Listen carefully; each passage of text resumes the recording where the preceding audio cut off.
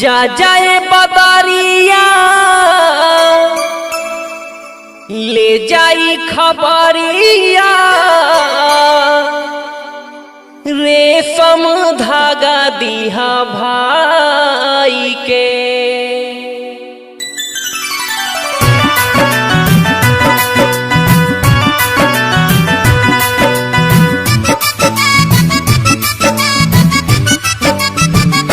अनिल राज यादव। जा जाए बदरिया ले जाई खबरिया रेशम धागा दिहा भाई के। जा जाए बदरिया ले जाई खबरिया रेशम धागा दिहा भाई के। कि भैया मोरे सीमावा पारे देश के सिपहिया रक्षा करेले भारत माई के।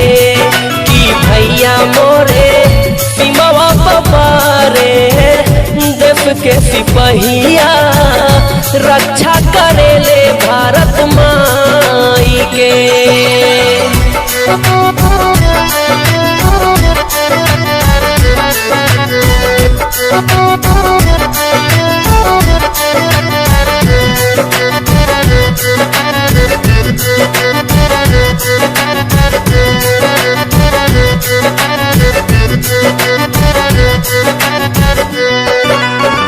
रहते जे इहवा बनती रखिया कलाई देश खातिर सीमावा पलरे ले लड़ाई।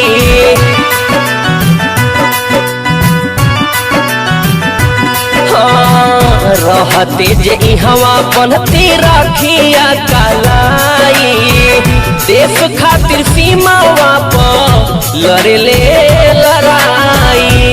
रखिया के दिन लागे सुना अंगनैया खबर सुनैहा तू लाई के। कि भैया मोरे सीमावा पारे देश के सिपहिया रक्षा करेले भारत माई के।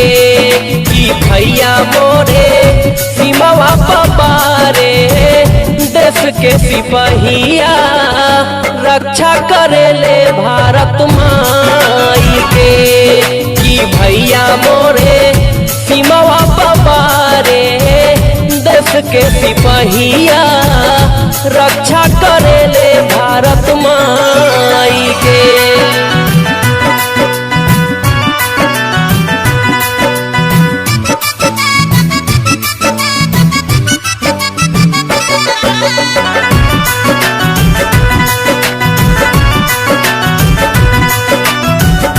भैया के लागे नाही केहू के नजरवा रक्षा करीले आँच आई ना ऊपरवा।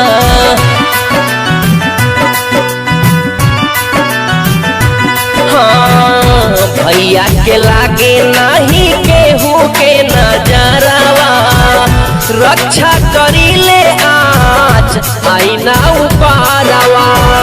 लिखल रंगीला किसान अनिल गीतिया कहे गाई के। कि भैया मोरे सीमावा पारे देश के सिपहिया रक्षा करेले भारत माई के। कि भैया मोरे सीमावा पारे देश के सिपहिया रक्षा करेले भारत माई के।